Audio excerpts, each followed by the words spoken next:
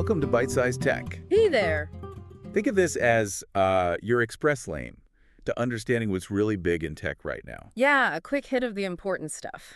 We've sifted through the latest on, well, everything from Apple's App Store to, like, mind-bending smart glasses.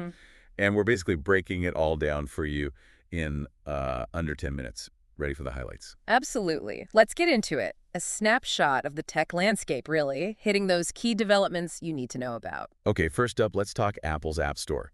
Still a colossal moneymaker, no surprise there. Oh, yeah. Huge numbers. Last year, just in the U.S., they pulled in over $10 billion.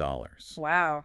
Just from the store commission. And get this, developers, they generated nearly $34 billion, like gross revenue. Yeah. But their take-home after Apple's cut was more like $22.5 billion. Right. That split, it really puts Apple's control into perspective, doesn't it? It really does. And that revenue share, it's a major point of discussion, obviously. It, highlights why Apple is so keen on keeping its grip on how apps are bought and sold. Totally. Within their whole ecosystem. Exactly. It's fundamental to their business model. Right. Yeah. Okay, speaking of control, Microsoft is taking a pretty firm stance with an AI model called DeepSeek.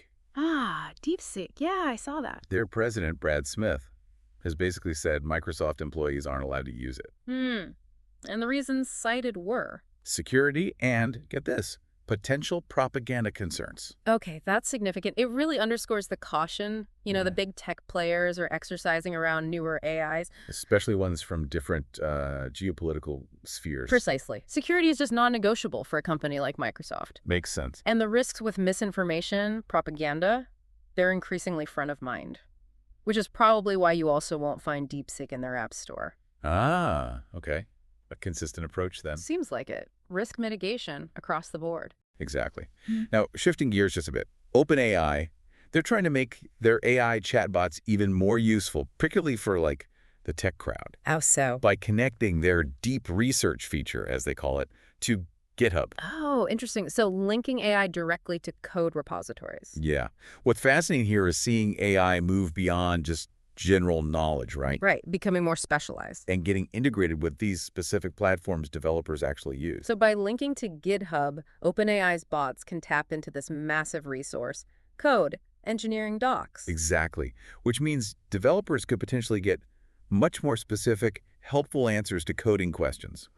Right within their existing workflow, potentially. That's the key. Yeah, making AI more of a practical, everyday tool for tech tasks. Definitely a step up in usefulness there. Okay, now let's dive into something that feels a bit sci-fi becoming reality, Meta's super sensing smart glasses. Right, this is where things get really interesting. And maybe raise a few eyebrows for you, the user. How so? What are the reports saying? Well, reports suggest Meta is developing pretty advanced facial recognition for these glasses. Okay. Potentially allowing them to identify people by name and maybe even track activities. Whoa. Super sensing definitely sounds like powerful capabilities. It does. They're saying it would be opt-in, which is something, I guess. Yeah, the opt-in part is crucial, but still.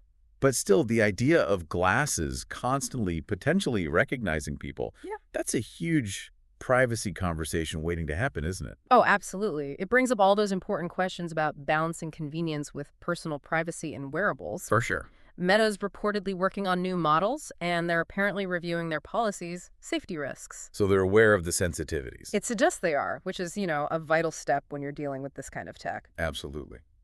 Okay, while we're on futuristic eyewear, fresh buzz about Apple Glass. Ah, yes, the long-rumored Apple glasses. What's the latest?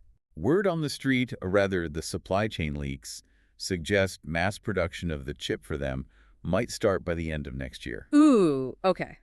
The chip production starting. That kind of timeline could suggest, a product hitting the market not too long after that. Maybe? Maybe.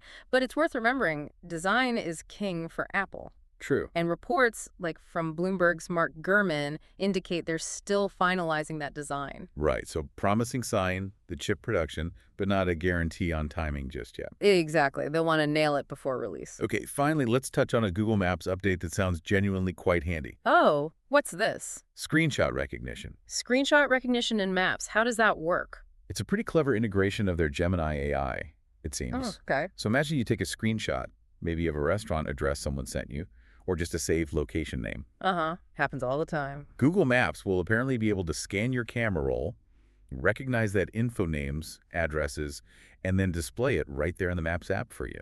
Ah, so it pulls the location info from the picture into Maps automatically. Seems like it. It's all about making that info more accessible, saving you a few steps. That does sound like a real time saver, especially when you're out and about. Definitely.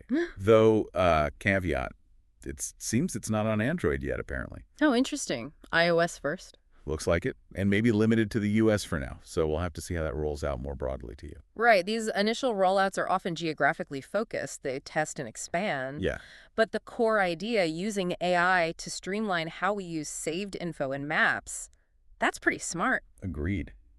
And, well, that's our quick sprint through some key tech news highlights. Yeah, from App Store dynamics, AI integrations, to the ongoing saga of smart glasses. It's a constantly evolving landscape, that's for sure. Indeed. Each of these gives you a little glimpse into the innovation happening and also, the questions we face as tech keeps advancing. Absolutely. So thanks for tuning in to Byte-Sized Tech. Yeah, thanks for listening. We really hope this gave you a quick but insightful look at what's happening out there. Hope it was useful. And if you found it helpful, maybe give us a like, drop a comment with your thoughts. We'd love to hear from you. Share it with someone who might find it interesting, and definitely subscribe so you don't miss our next tech briefing.